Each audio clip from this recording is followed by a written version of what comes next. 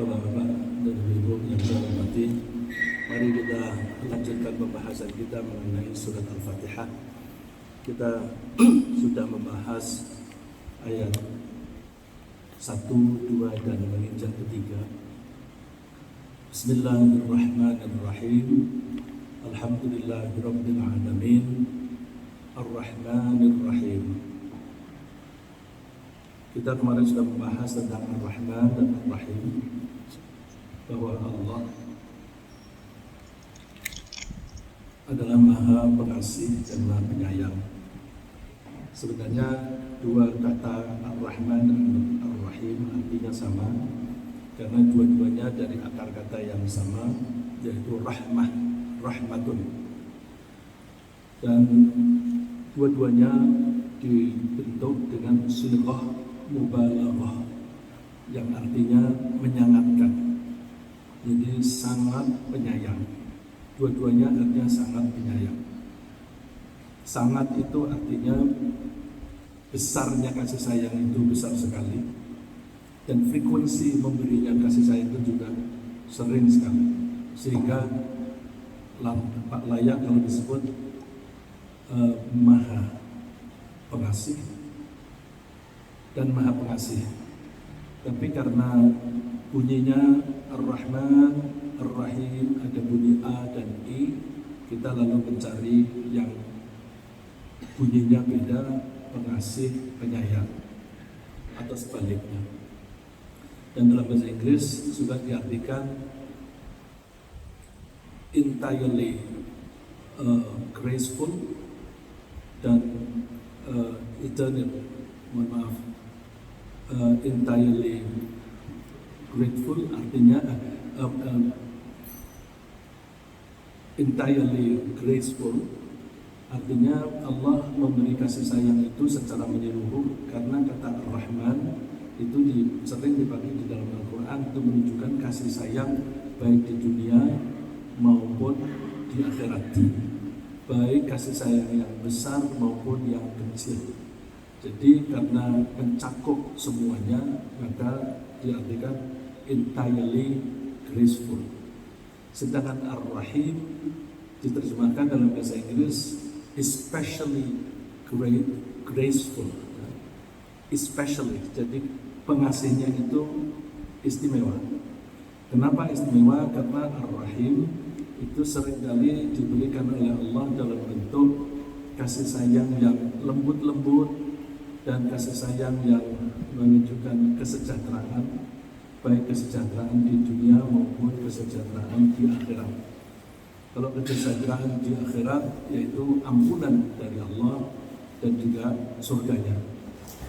Sekarang saya ingin melanjutkan bahwa kalau Allah itu Maha Pengasih, Maha Penyayang, dan kasih sayang Allah itu ada di mana-mana.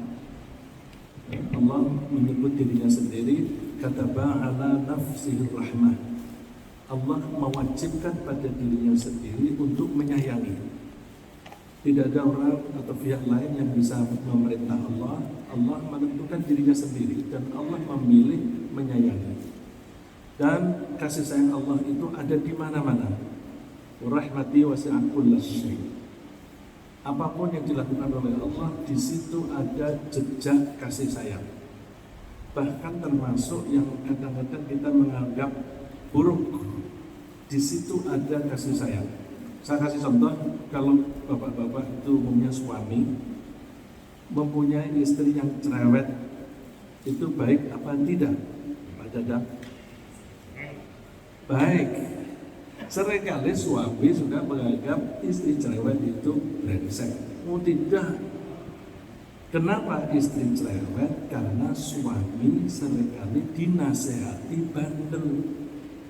Karena suami suka melanggar, istri itu saking sabarnya mengulang lagi nasihatnya. Ketika istri itu mengulang lagi nasihatnya, suami salah terima, dianggapnya cerewet. Padahal itu justru kesabaran istri. Jadi di dalam cerewetnya istri itu ada kasih sayang Allah supaya suami tidak berperilaku semena-mena. Jadi semacam itu. Ketika kita kadang-kadang diberi flu, bagus, di situ ada kasih sayang Allah. Kita tidak akan pernah merasakan sehat, nikmatnya sehat, kalau kita tidak pernah sesekali itu mengalami sakit. Begitu sakit baru enak ya, kamu tidak merasa pusing, kepalaku muter-muter. Jadi sesekali kita berumur puluh-puluh tahun tetapi sakitnya hanya 1-2 hari, tetapi keluh kesahnya luar biasa. Oleh karena itu kita mesti menangkap pesan apa ya, pesan apa yang diberikan oleh Allah.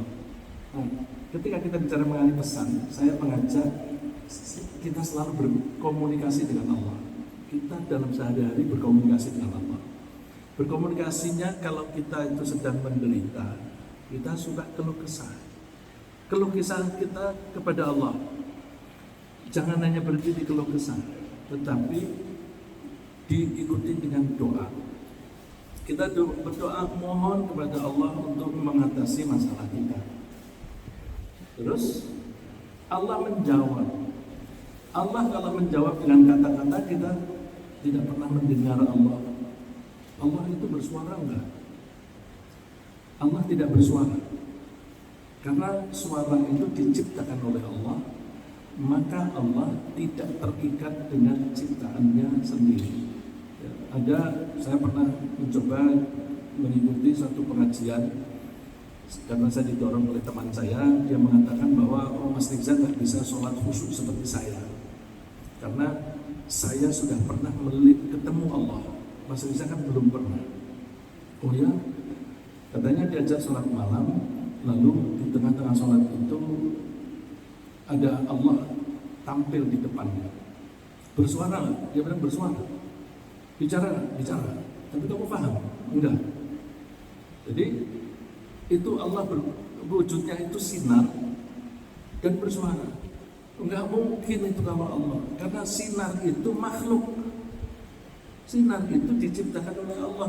Kalau Allah lalu menampakkan diri sebagai makhluk, enggak mungkin dong.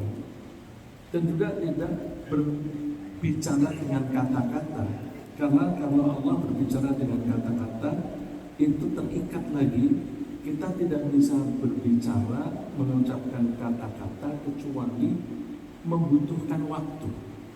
Kalau misalnya saya ingin pergi ke Makkah, itu terdiri dari A, Y, A dan sebagainya. Itu artinya titik.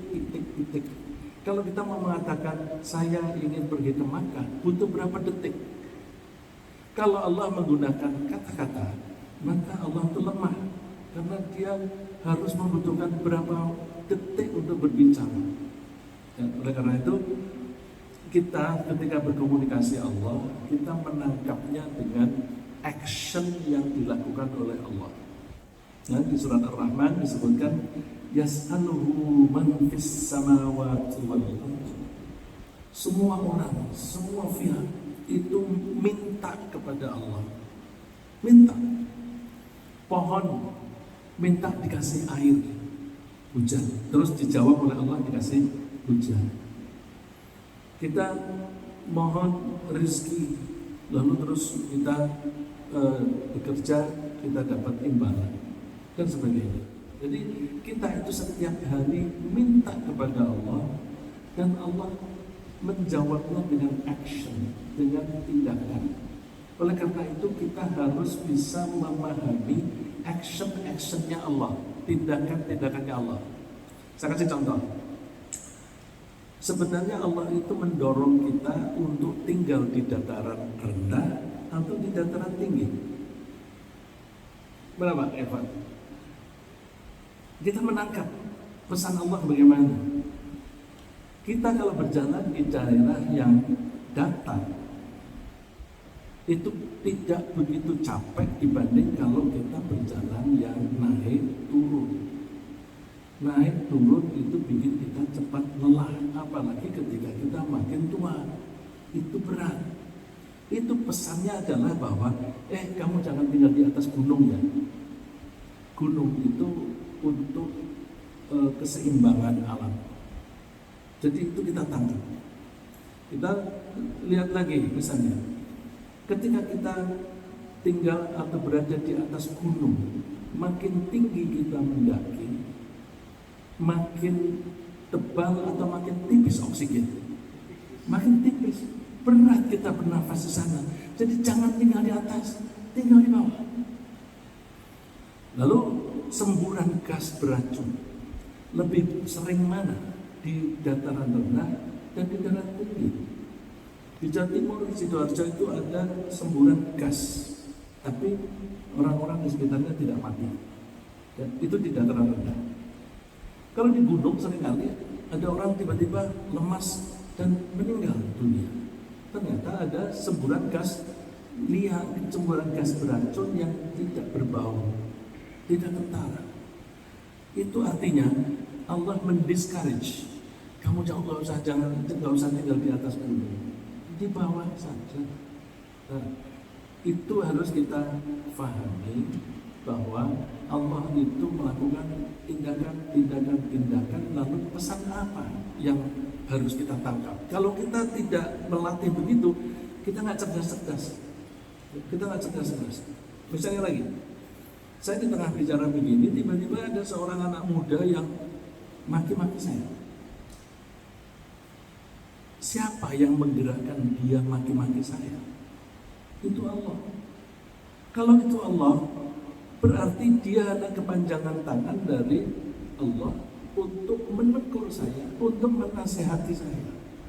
Karena mungkin saya arogan atau saya maunya kasar, lalu terus Allah menasehati saya dengan menyuruh seorang anak muda yang pemberani, yang berani, yang nggak takut ditegur dan sebagainya, lalu maki-maki saya. Tentu kalau dia maki-maki tanpa alasan, orang menganggap dia gila. Tapi kalau maki-makinya itu, omongannya itu benar, kan berarti yang salah saya. Jadi apapun yang terjadi di sekitar kita tangkap sebagai pesan dari Allah. Kalau itu pesan, kita harus tahu. Ini Ar-Rahman Ar-Rahim. Kita itu setiap saat, setiap detik dilayani oleh Allah. Kita sekarang ini bernafas. Siapa yang mengirim oksigen yang bersih? Begitu dibuka jendela dan pintu, udara ini mengalir dengan baik. Lalu kita bisa menghirup gas oksigen yang bersih. Siapa yang dapat? Allah. Kita tidak perlu mencari-cari. Siapa yang menurunkan air tawar?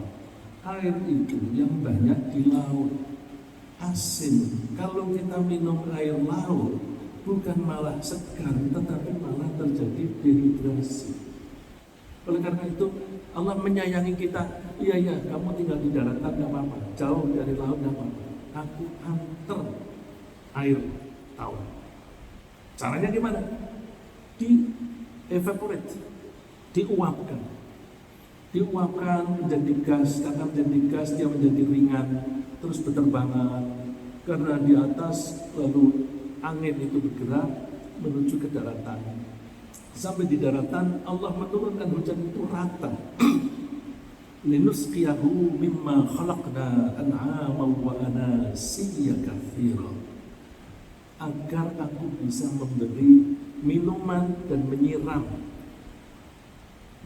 binatang-binatang, ternak dan juga manusia-manusia. Jadi sebenarnya Allah melayani kita atau kita melayani Allah. Begitu kok kita mengaku seorang hamba Allah. Aku ini hamba Allah. Yang namanya hamba itu budak. Kalau budak itu melakukan apapun, hasilnya tidak untuk diri sendiri, tapi hasilnya untuk tuannya. Tapi kita seringkali kalau ngomong, biarin aku jalan-jalan ke Eropa pada saat ekonomi lesu begini, duit-duitku sendiri. Aku kan kerja sendiri, duit-duitku sendiri. Salah itu.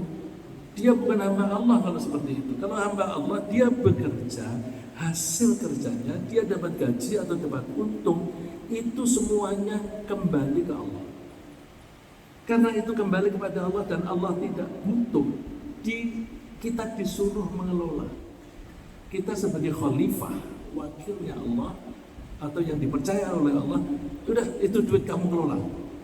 Karena duit yang kita memperoleh dari keuntungan atau gaji itu milik Allah, maka ketika Allah menyuruh kita mengelola harus sesuai dengan polisinya Allah.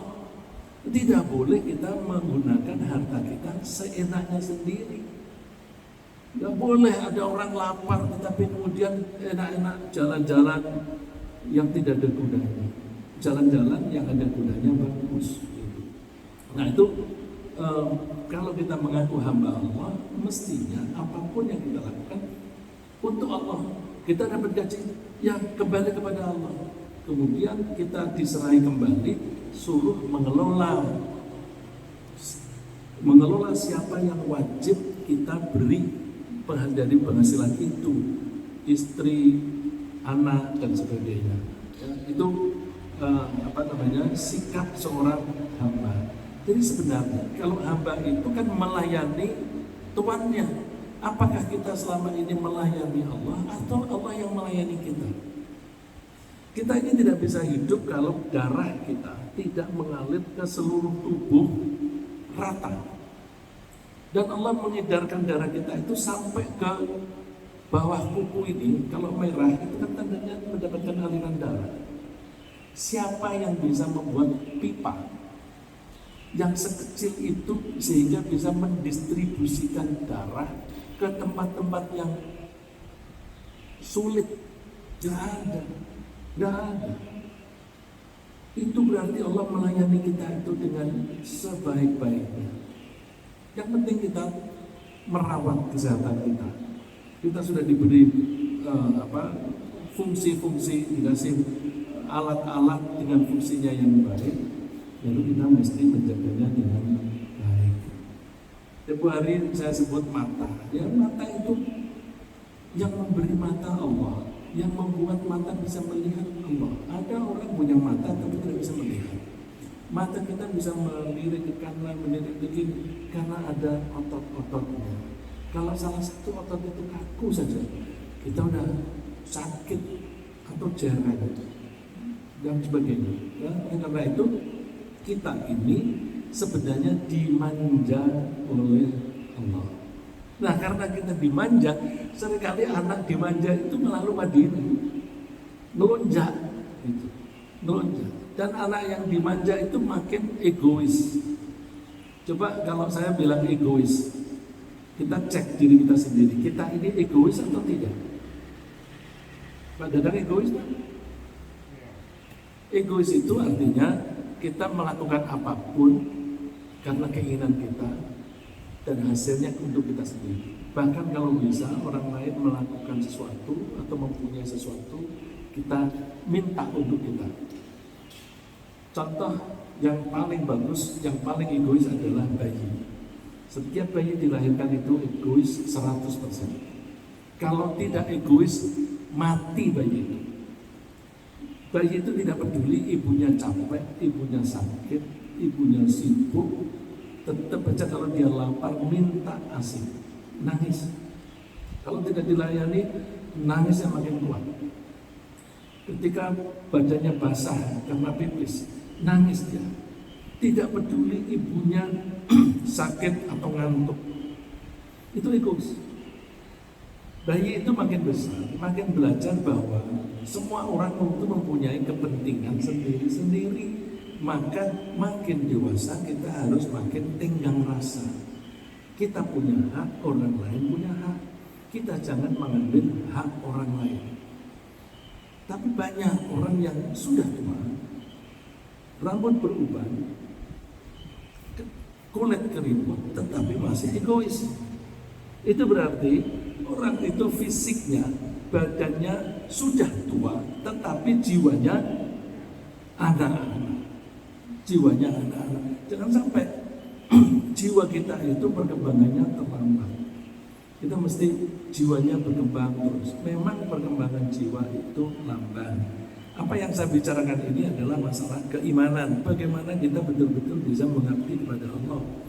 Apakah setelah kita setuju misalnya, oh ya bagus saya setuju, saya akan mengabdi kepada Allah. Apakah kalau kita menyatakan komitmen itu nanti sehari ini atau sebulan ini kita bisa betul-betul melaksanakan? Belum tentu. Mesti bertahap karena itu melibatkan kejiwaan. Ya, jadi kalau Allah itu memang memberi kita kasih sayang yang begitu melimpah, kalau bahasa Inggrisnya showering itu mengucurkan air dengan banyak dan merata, shower. Kalau Allah itu men-shower kita dengan kasih sayang, kita mesti menangkap, oh kalau begitu kita ini harus bersyukur, berterima kasih kepada Allah. Berterima kasih itu makin sering kita ucapkan makin bagus. Berterima kasih jangan hanya disimpan di dalam hati. Dalam hati bagus, tetapi kita perlu menyatakan dengan lisan. Bukankah Allah mengatakan wa amma bi ni'mati rabbika fahaddits.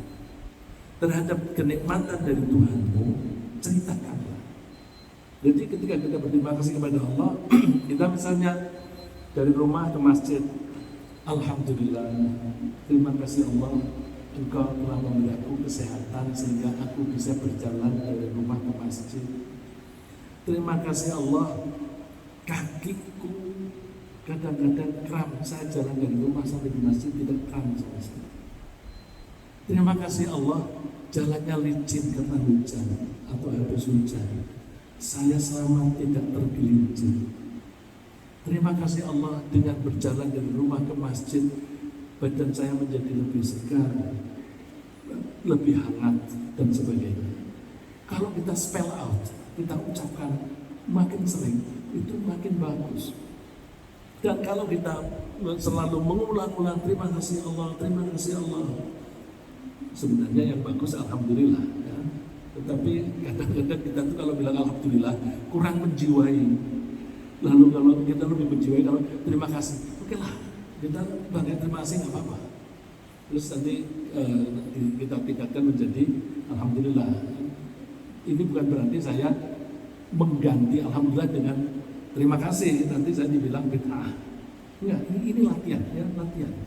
Mulai dengan penghayatan, kalau kita itu bisa menghayati dengan terima kasih, ya latih gitu. Nanti lama-lama dengan alhamdulillah, alhamdulillah, alhamdulillah. Untuk Masya Allah, kita tuh mengucapkan alhamdulillah ratusan kali itu rasanya kurang. Nah, kalau kita bisa seperti itu, lama-lama kita bisa mencintai Allah. Nah, ini pesan yang paling utama, bahwa kita karena disayangi oleh Allah, kita mesti mencintai Allah. Bedanya apa? Cinta dan kasih sayang. Kalau kasih sayang itu tanpa pamrih. Allah memberi kita tanpa pamrih. Kita diberi air, Allah nggak minta balasan. Kita minum, kemudian dikasih air, kemudian kita buang, Allah nggak rugi. Terus kita tidak terima kasih, ya Allah nggak rugi. Jadi kita mesti tahu diri, kita mesti bersyukur, berterima kasih kepada Allah. Nah, kalau kita berterima kasih terus-terusan, insya Allah akan muncul rasa cinta kepada Allah. Sebelum saya lanjutkan, apakah mungkin kita yang egois ini bisa mencintai Allah?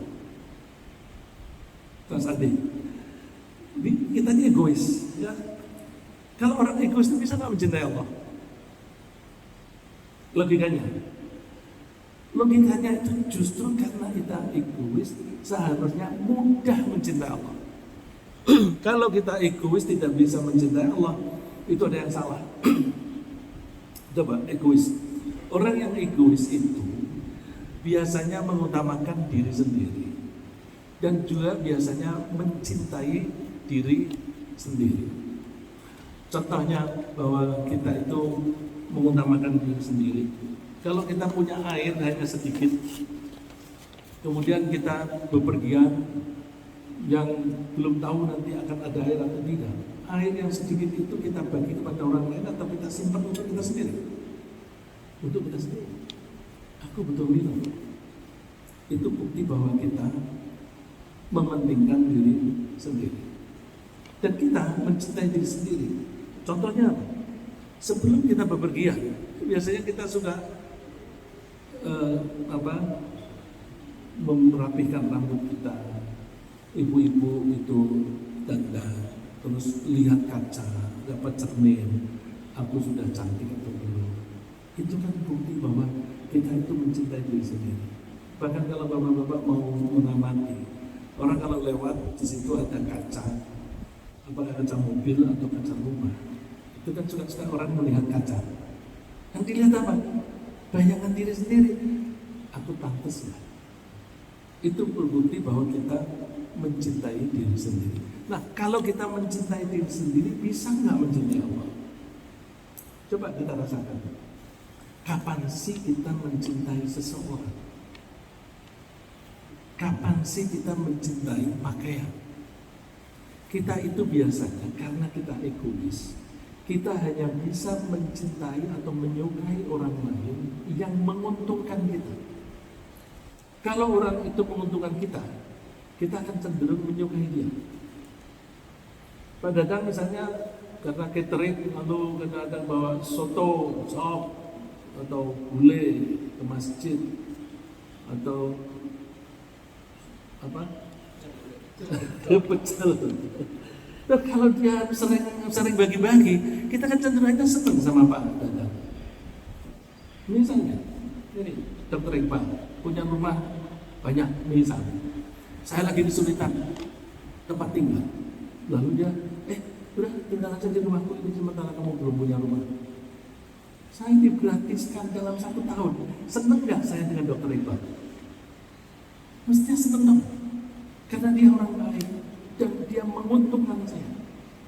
Bandingkan kalau ada orang, bukan Dokter Iqbal, dia orang baik, yang kalau ketemu saya minta duit, ketemu minta apa, dan malah maki-maki dan sebagainya. Kira-kira kita senang dengan orang itu atau membencinya?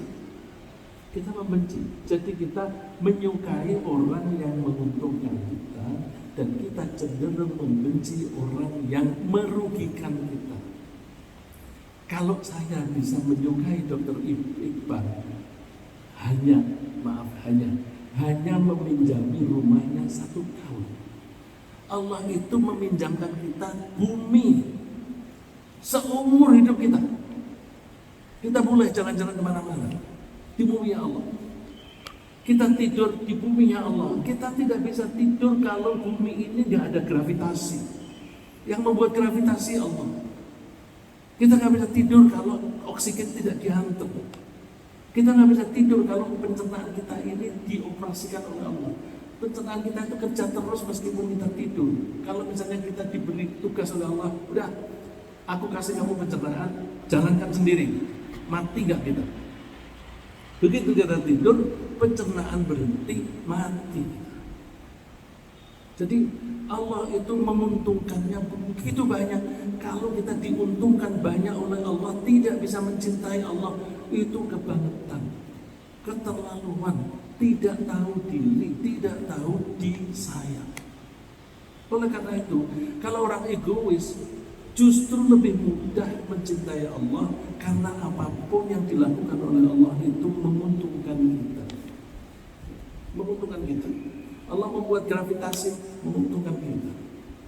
Allah membuat gas itu ringan sehingga naik ke atas, menguntungkan kita. Karena dengan gas itu ringan, maka ketika gas itu dipanasi oleh matahari, dia itu akan cenderung ringan dan terbang ke atas.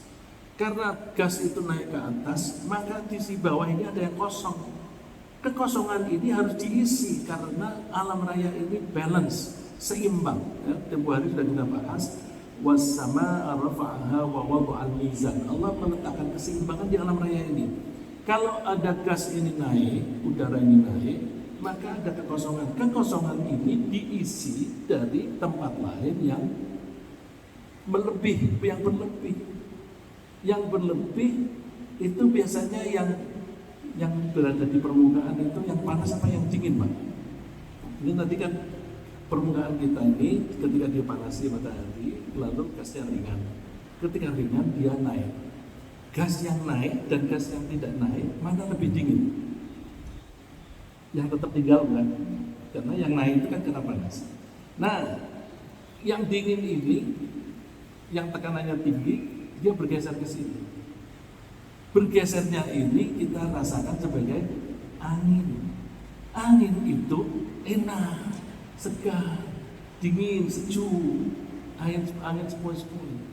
Itu kenikmatan yang diberi oleh Allah yang menguntungkan kita. Seharusnya kan kita itu bisa mencintai Allah. Kenapa kita tidak mencintai Allah? Karena nggak mau menyadari pemberian Allah yang betul-betul menguntungkan kita. Bahkan kita tidak mungkin hidup tanpa bantuan Allah. Impossible. La haula wala quwwata illa billah. Nggak mungkin kita bisa hidup tanpa bantuan Allah. Itu misalnya di dalam kita itu ada tolong kalau saya salah dikoreksi. Kan ada kelenjar-kelenjar. Nanti kalau kita kurang kelenjar itu mengeluarkan namanya apa itu? Hormon, mengeluarkan hormon. Nah, hormon itu dikeluarkannya itu seimbang. Kalau kita butuh misalnya tenaga lebih banyak, itu kelenjar adrenalin akan mengeluarkan adrenalinnya dan sebagainya. Ketika kita butuh tenaga banyak, lalu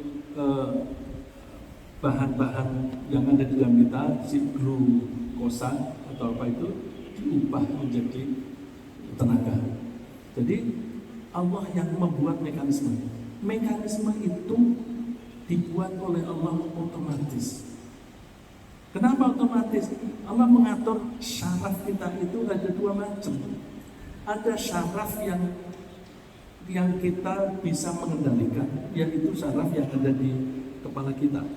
Yang disebut central nerve system. Tapi ada syaraf yang kita tidak perlu mengendalikan. Di belakang kita itu, di tulang belakang kita itu ada sistem syaraf.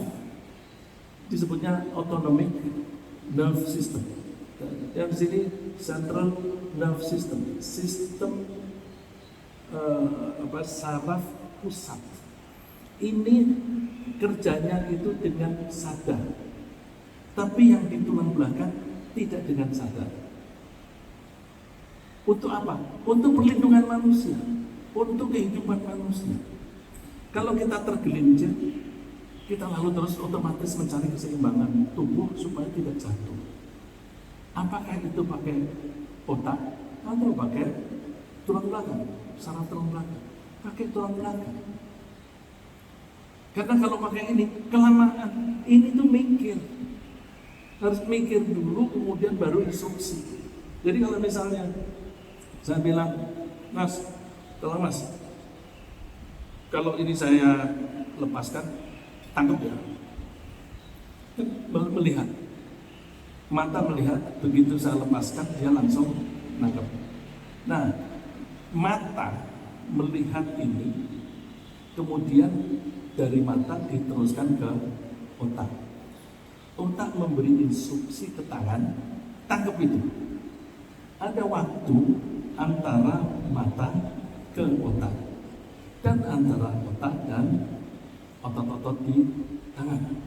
Jadi ada namanya itu apa? Motorik nerve yang ke tangan ini motorik, yang dari mata ke otak itu namanya sensorik nerve. Nah, itu butuh waktu. Kalau mau membuktikan, coba misalnya kita lepaskan si pensil. Pak, kalau ini saya lepas, kamu tanganmu begini, saya lepas, terus tangkap. Seringkali telat. Kenapa telat? Karena antara melihat disampaikan ke otak dan menyuruh jari-jari menangkap itu butuh waktu. Kalau Allah itu membuat saraf di belakang itu tidak otomatis, maka kita sudah mati dari itu. Ya, disebut autonomic nerve system. Otonomi karena dia otonomi tanpa konsultasi dengan otak. Nah, yang membuat mekanisme itu siapa?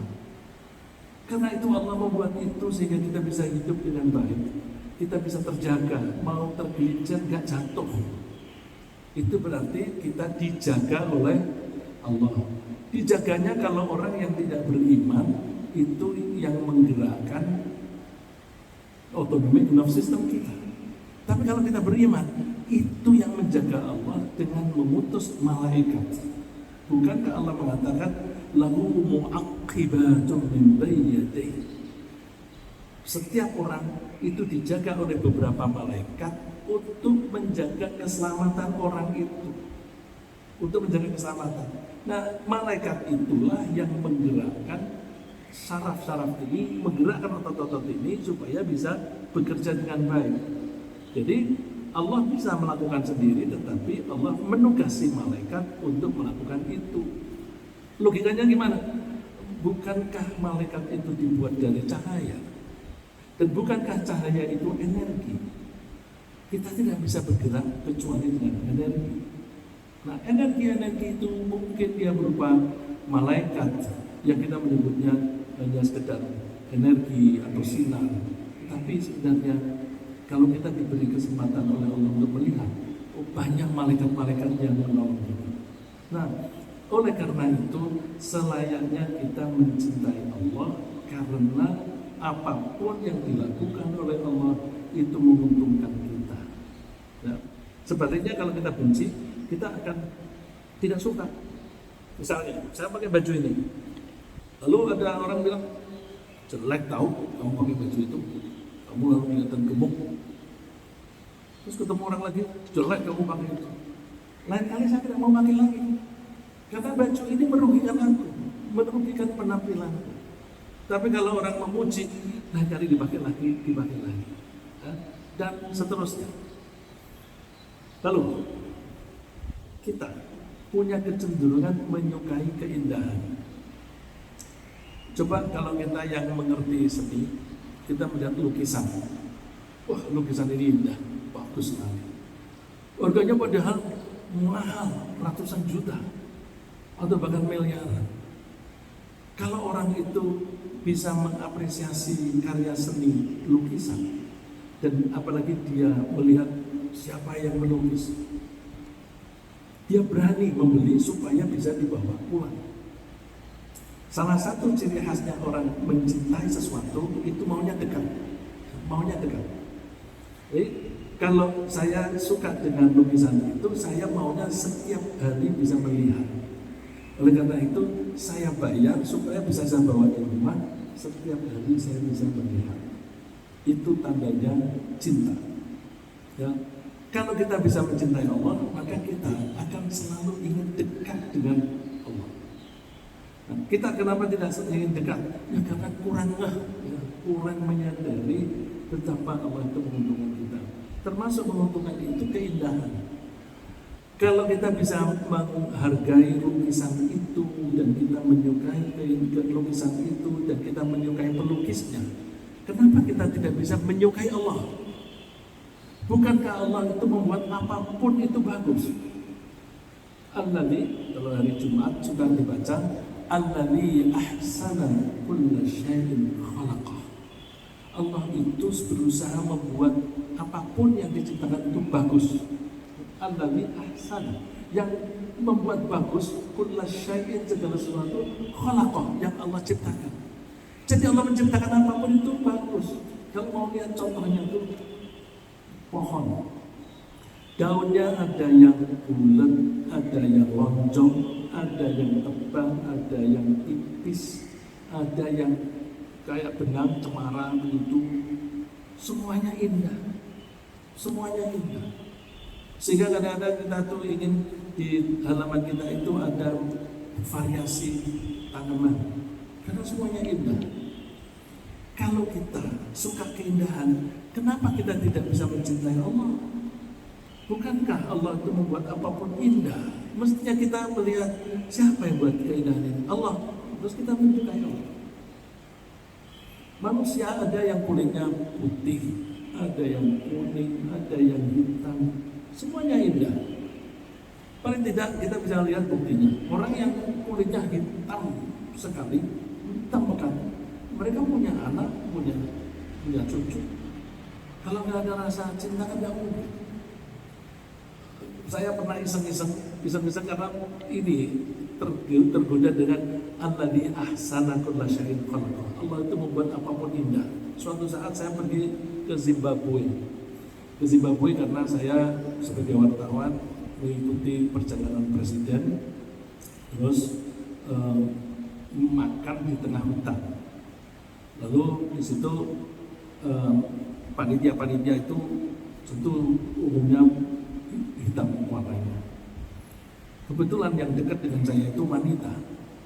Saya mencoba melihat rambutnya kok begitu keriting, kulitnya begitu pekat hitamnya, matanya itu putihnya itu putih sekali. Saya mencoba melihat, oh indah juga ya. Nah, teman saya yang godai, Riza sudah mulai tertarik wanitanya. Karena perjalanan presiden waktu itu mulai dari ke Hawaii, terus ke New York, Washington, Meksiko, Brazil, kemudian ke Zimbabwe. Itu sudah 1 minggu lebih. Wah, teman-teman ngeledek. Padahal saya tuh niatnya bukan karena ingin melihat ingin tertarik secara seksual, enggak, tidak. Saya ingin melihat bagaimana sih keindahan yang dibuat oleh Allah. Dan memang indah. Ya, dan alhamdulillah tidak ada dorongan seks waktu itu, tidak ada, karena dasar saya melihatnya itu karena keimanan. Nah itu, kalau memang Allah itu membuat apapun indah, kenapa kita tidak bisa mencintai Allah? Kalau kita melihat lukisan orang lagi melukis belum selesai, itu kan kita lukisan apaan nih, jelek. Lukisnya kan entah, ini belum selesai, jangan buru-buru menilai, nanti kalau sudah selesai. Sekarang coba, anggaplah langit yang biru itu sebagai kanvas, awan itu sebagai cat. Allah mengecat kanvas langit dengan awan. Bentuknya kayak apapun, berubah-ubah terus.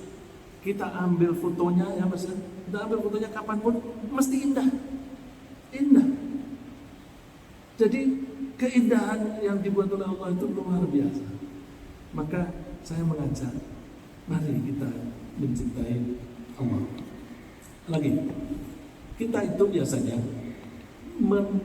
menyukai orang yang baik sekali perilakunya terhadap siapapun meskipun kita tidak diuntungkan. Misalnya, ada teman kita melihat ada salah satu teman yang sakit, tidak bisa berjalan, tidak punya duit, rumahnya terbakar. Terus dipersilakan, ini ada kamar, silakan pakai. Ya, ada ya, seperti itu ya. Kita melihat, oh baik sekali dia. Kita suka nggak dengan orang itu? Kita tidak diberi kamar, yang diberi kamar orang lain. Tapi kita suka sama orang itu, dia orang baik. Kita cenderung menyukai. Loh, Allah itu memberi rezeki itu kepada semua orang, termasuk orang-orang yang tidak mengimaninya, termasuk orang-orang yang maki-maki Allah. Semua dikasih makan. Nabi Ibrahim mencoba mohon rezeki hanya untuk orang yang beriman. Ya, Nabi Ibrahim mengatakan, Rabbi ij'al hadza baladan amina, Tuhan jadikanlah Mekah ini sebagai negeri yang aman, dan berilah rezeki penghuninya, penduduknya macam-macam buah-buahan, khusus mereka yang beriman kepadamu. Jawaban Allah, oh yang tidak beriman juga aku kasih, yang tidak beriman juga aku kasih. Dan saat itu justru orang-orang yang tidak beriman yang memusuhi Allah itu malah kaya-kaya. Abu Jahal kaya, Abu Lahab kaya, Walid bin Mughirah kaya, Abu Sufyan kaya. Sama nggak dengan zaman sekarang? Justru yang kaya-kaya itu banyak orang-orang yang non-Muslim. Jadi orang non-Muslim pun diberi oleh Allah. Cuma begini, Allah mengatakan, nah, orang yang tidak beriman juga aku kasih tapi sedikit. Dong, itu kaya raya tuh sedikit. Coba deh, orang itu punya aset triliunan yang dia bisa konsumsi itu terbatas. Dia punya rumah 10 yang bisa ditinggali hanya satu. Satu rumah dia kalau tidur hanya di satu kamar. Satu kamar dia hanya tidur di ukuran badan dia. Jadi terbatas. Dia beli makanan apapun bisa. Apalagi orang yang kaya-kaya itu seringkali sudah tua, makannya sudah dibatasi, tidak boleh manis. Jadi kalau ada mangga yang terlalu manis justru tidak boleh, dan sebagainya. Dibatasi oleh Allah. Tsumma adtarruhu ila adabin nar. Kemudian kalau ila adabin alim, setelah itu besok di akhirat karena tidak beriman, aku seret orang itu ke siksaan. Oleh karena itu kita melihat bahwa Allah itu maha baik kepada siapapun. Oleh karena itu seharusnya kita bisa mencintai Allah. Nah, kalau kita ingin mencintai Allah atau tidak, kita cek. Orang yang mencintai itu biasanya muncul rasa rindu. Rasa rindu itu ingin ketemu Allah. Kalau kita pergi ke masjid, itu karena terpaksa atau karena rindu. Sholat yang karena rindu itu beda dengan sholat yang karena takut. Coba ada orang yang, kenapa kamu sholat? Ya karena aku diwajibkan. Semua. Terus kenapa kamu diwajibkan? Iya, kalau aku nggak sholat nanti aku disiksa di neraka. Jadi kamu sholat takut siksaan Allah. Iya. Nah, orang yang sholat karena takut itu cenderung sholatnya hanya formalitas. Yang penting sudah sholat. Bacaannya pendek-pendek nggak apa-apa. Nggak tumaninah, malah seringkali tidak tumaninah. Yang penting sudah selesai. Nah, orang semacam itu kecenderungannya begitu selesai sholat lega, sudah tidak punya hutang. Lega sudah tidak punya hutang. Orang yang karena cinta, dia merindukan Allah. Kalau rindu, nggak usah nunggu azan. Sebelum azan sudah siap-siap terus berangkat. Terus ketika sholat, mumpung aku bertemu dengan Allah, aku jangan buru-buru pergi. Mumpung aku bertemu. Orang kalau dua orang saling mencintai, itu kecenderungannya bicaranya panjang atau pendek, Pak? Panjang. Yang dibicarakan itu semuanya berguna atau seringkali bla bla bla? Seringkali bla bla bla. Ada contoh yang bagus. Nabi Musa ketika ketemu Allah yang pertama kali di Gunung Sinai, ditanya oleh Allah, "Wa ma tilka biyaminika ya Musa?" Musa, yang di tangan kananmu itu apa? Beliau waktu itu memegang tongkat. Kalau ditanya, di tangan kananmu itu apa? Jawabannya yang pas adalah tongkat. Tongkat. Tapi Nabi Musa jawabnya apa? Hiya as-sawm atawakkau 'alaiha wa ahussu biha 'ala ghanami wa liya fiha ma'arib ukhra. Ini tongkatku Allah. Aku kan tanyanya hanya apa? Jawab tongkat kan cukup. Tapi tongkat. Atawakkau 'alaiha, aku kadang-kadang menggunakan tongkat ini untuk bersandaran. Kalau aku capek, aku dapat bersandaran. Wa ahussu biha 'ala ghanami. Aku juga pakai tongkat ini untuk nguprak-nguprak daun supaya jatuh, aku bisa kasihkan ke kambingku. Dan banyak lagi kepentinganku untuk tongkat ini. Saking dia gak bisa ngomongnya lagi, dan waliya fiha ma'aribu, ada tujuan-tujuan lain, manfaat-manfaat lain. Siapa yang tanya? Kan pertanyaannya yang apa itu? Tongkat. Kenapa dia jawabnya panjang? Karena cinta. Karena dia merasa, mumpung aku ketemu dengan Allah, aku kepengen berbicara banyak-banyak. Nah, itu kalau sholat, kepengen bacanya yang panjang, bukan yang pendek-pendek. Bukan lalu terus, wah, ini saya punya teman, imamnya mau baca tuh duha panjang, aku jadi melamun. baca pendek-pendek aja, jadi aku nggak sempat melamun. Yang lain melirik, kok begitu sih? Mestinya dia menyesuaikan diri bagaimana supaya bisa lebih tahan lama dalam sholat. Ya. Jadi kuncinya adalah apa? Di cinta. Kalau orang cinta itu kepinginnya dekat, dan kalau sudah dekat, maunya itu jangan pisah. Maka begitu selesai sholat, tidak buru-buru meninggalkan tempat sholat. Tunggu dulu. Tapi tentu ada orang yang memang terpaksa harus cepat-cepat meninggalkan tempat sholat karena ada tugas lain. Ya. Tapi kalau nggak ada tugas lain, maka kita berhenti di situ. Kalaupun terpaksa meninggalkan tempat, ketika di perjalanan itu tetap saja zikir mengingat Allah. Ya. Saya kira sementara gitu, jadi pesan yang perlu kita tangkap dari sifat Allah yang Maha Pengasih dan Penyayang adalah kita mesti meningkatkan rasa syukur kita kepada Allah sampai kita bisa mencintai Allah. Kemudian dengan mencintai Allah, mudah-mudahan muncul rasa rindu kepada Allah sehingga kita selalu ingin bertemu dan selalu berbincang-bincang dengan Allah. Terima kasih.